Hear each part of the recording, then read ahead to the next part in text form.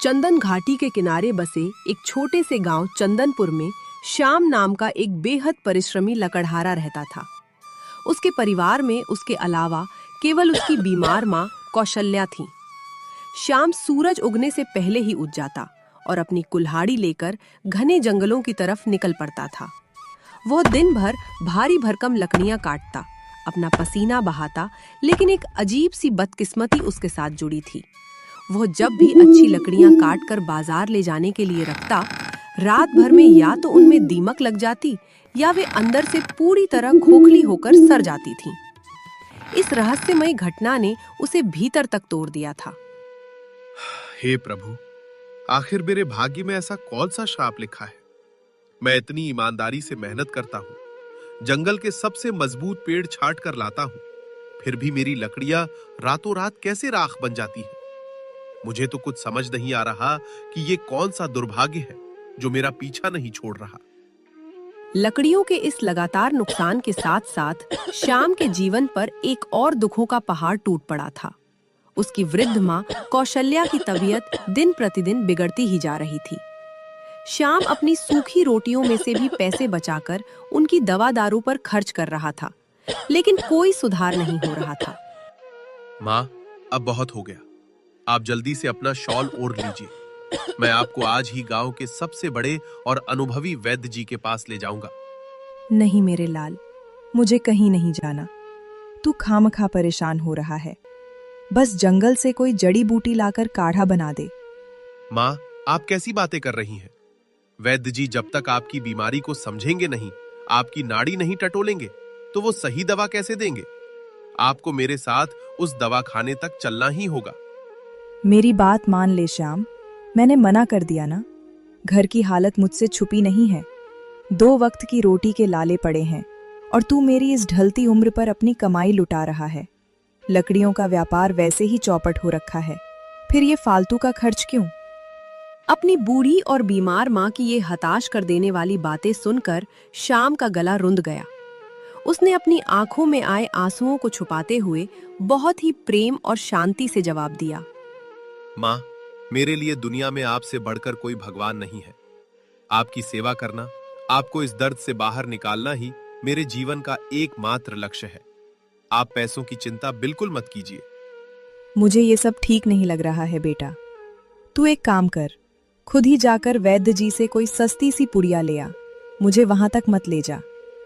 माँ की जिद के आगे अंततः श्याम को झुकना पड़ा। वह अपनी कुल्हाड़ी घर पर छोड़कर अकेला ही वैद्य की कुटिया की ओर निकल पड़ा। रास्ते में पनघट के पास उसे गांव का एक नौजवान रमेश मिल गया। अरे श्याम भाई, राम राम। इतनी तेज चिलचिलाती धूप में कहाँ जा रहे हो? क्या बात है? राम राम रमेश भाई। कहीं नहीं, बस अपनी माँ के लिए कुछ दवाइयाँ लेने जा रहा हूँ। उनकी छाती का दर्द और खांसी कम होने का नाम ही नहीं ले रहे हैं। हाँ यार, कौशल्या काकी काफी बीमार रहने लगी हैं। वैसे गांव के चौपाल पर यह भी बातें हो रही हैं कि इस बार भी तुम्हारी लकड़ियां बाजार तक पहुंचने से पहले ही दीमक खा गईं। चौपाल पर जो सुना वो 100% सच है रमेश। इस बार भी मेरी मेहनत मिट्टी में मिल रही। एक भी लकड़ी बिकने लायक नहीं बची। मैं खुद इस उलझन में हूं कि मेरी कुल्हाड़ी को या मेरी किस्मत को किसकी काली नजर लग गई है। श्याम भाई, मुझे तो ऐसा लगता है कि तुम जंगल के उस हिस्से से लकड़ियां काट रहे हो जहां के पेड़ पहले से ही खोखले होते हैं। शायद तुम्हारी परख में कोई चूक हो रही है। ऐसा नहीं है रमेश। मैं पेड़ की छाल से लेकर उसकी मजबूती तक सब थोक बजाकर देखता हूं, फिर भी पता नहीं विधाता ने मेरी किस्मत में ये कौन सा रोड़ा अटका रखा है। रमेश भी श्याम की इस अजीब उलझन को सुनकर सोच में पड़ गया। श्याम भारी कदमों से वहां से आगे निकल गया। समय बीतता जा रहा था, परंतु कौशल्या का बुखार और खांसी कम होने की बजाय बढ़ती ही जा रही थी। श्याम अब सच में अंदर से घबराने लगा था। हे परमेश्वर, अब मैं किस दिशा में जाऊं? माँ बिस्तर से उठने में भी असमर्थ है और मेरी जेब में एक फूटी कौड़ी नहीं बची है। अब मैं उनका सही इलाज कहां से करवा पाऊंगा? कौशल्या की गंभीर हालत की खबर पूरे चंदनपुर गांव में फैलने लगी थी। उनका हालचाल लेने के लिए गांव के कुछ लोग उनके घर आने लगे। उनमें गांव का एक समझदार लड़का गोलू भी शामिल था। काकी प्रणाम। अब कैसा महसूस कर रही हैं आप? ये जानकर मन बहुत उदास हुआ कि आप इतने दिनों से चारपाई पर पड़ी है। खुश रहो गोलू बेटा, बस अब इस शरीर ने हार मान ली है। बुढ़ापे ने पूरी तरह से जकड़ लिया है। काकी, आप इतना निराश मत होइए, ईश्वर सब ठीक करेगा। वैसे काकी, श्याम भैया अब शादी के लायक हो गए हैं। आप उनके लिए कोई अच्छी सी कन्या ढूंढकर घर बसा क्यों नहीं देती? घर में नई बहू आएगी तो आपकी देखभाल भी करेगी और घर भी संभल जाएगा। गोलू बेटा, मेरी भी आंखों का यही सपना है, लेकिन हमारे हालात तो किसी से छुपे नहीं हैं। घर में पकाने को मुट्ठी भर आटा नहीं है। किसी की बेटी को इस टूटी फूटी झोपड़ी में लाकर क्या मैं उसे दुख के सागर में धकेल दूं? आपकी चिंता बिल्कुल जायज है काकी। विधाता ने सच में आप दोनों माँ बेटे की बहुत कठिन परीक्षा ले रखी है। गोलू की बातों ने कौशल्या के दिल के जख्म हरे कर दिए और उनकी आंखों से आंसू छलक पड़े। दरवाजे के बाहर खड़ा श्याम ये सब सुन रहा था और अपने हालातों से पूरी तरह हार चुका था।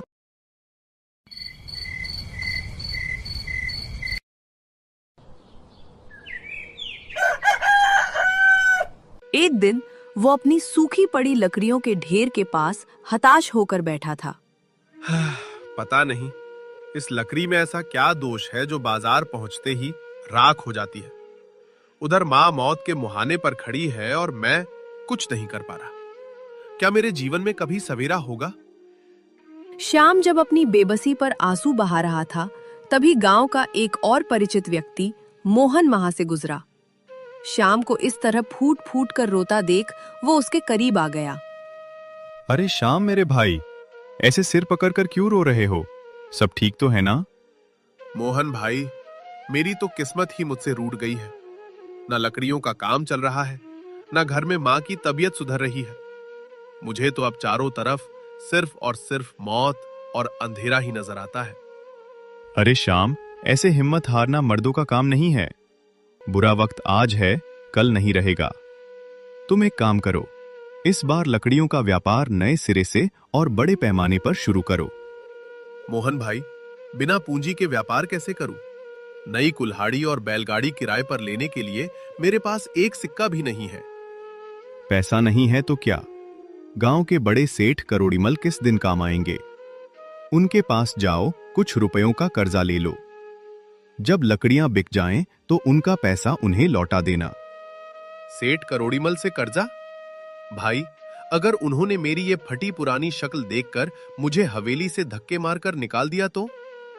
अरे एक बार हवेली की चौखट पर जाकर गुहार तो लगाओ श्याम। हो सकता है वो तुम्हारी परेशानी समझ जाएं और तुम्हें पैसा दे दें। मोहन की यह सलाह श्याम के डूबते दिल को तिनके का सहारा लगी। उसने मन ही मन फैसला किया और हिम्मत जुटाकर सेठ करोड़ीमल की आलीशान हवेली की तरफ चल पड़ा। हवेली में सेठ जी अपने रेशमी गद्दों वाले तख्त पर विराजमान थे और उनका चालाक और घमंडी नौकर भोलू उनके पास खड़ा था। आओ श्याम, आज इस फटीचर लकड़हारे को हमारी इस भव्य हवेली का रास्ता कैसे याद आ गया? सब कुशल मंगल तो है? सेठ जी को मेरा हाथ जोड़कर प्रणाम। सेठ जी, मैं इस वक्त बहुत भारी मुसीबत में घिरा हुआ हूं। मेरी मां मौत से लड़ रही हैं। मुझे उनके इलाज और अपने काम के लिए कुछ रुपयों की सख्त जरूरत है।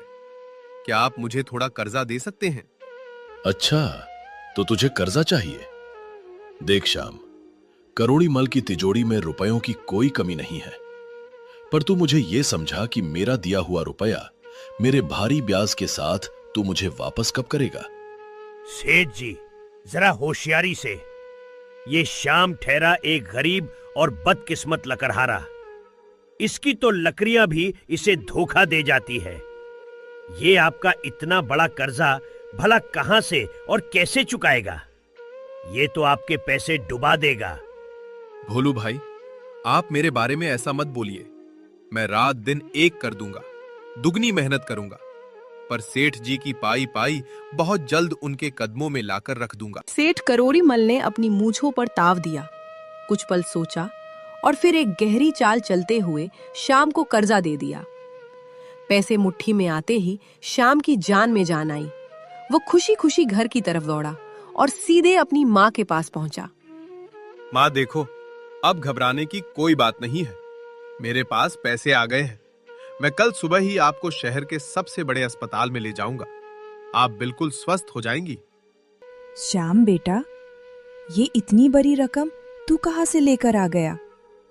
तूने कहीं कोई गलत काम तो नहीं किया या किसी से कोई कर्जा तो नहीं उठा लिया? हाँ माँ, मैंने गांव के सेठ करोड़ीमल से कुछ रुपए उधार लिए हैं।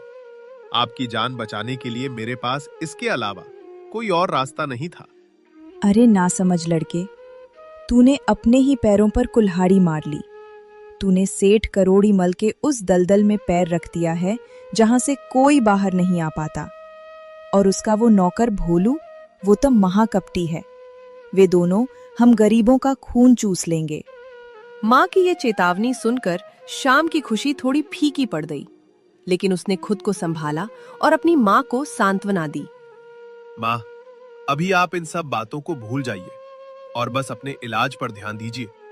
मेरे लिए सिर्फ आपकी सांसें मायने रखती हैं। अगर आपको कुछ हो गया तो मेरा इस दुनिया में वैसे भी कोई मोल नहीं है।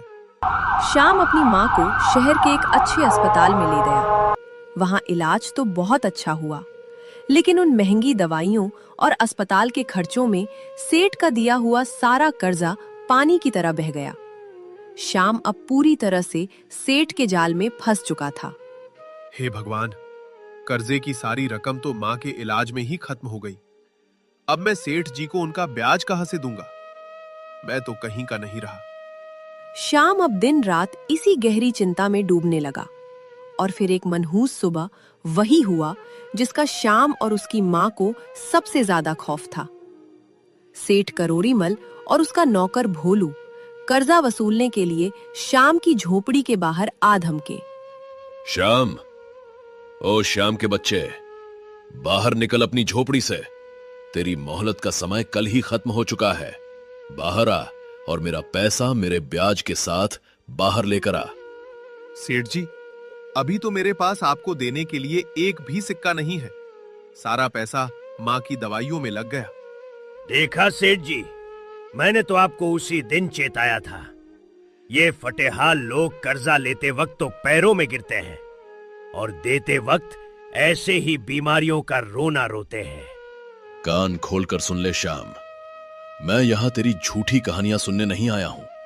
मुझे ये बता कि मेरी रकम मेरी तिजोरी में वापस कब पहुंचेगी?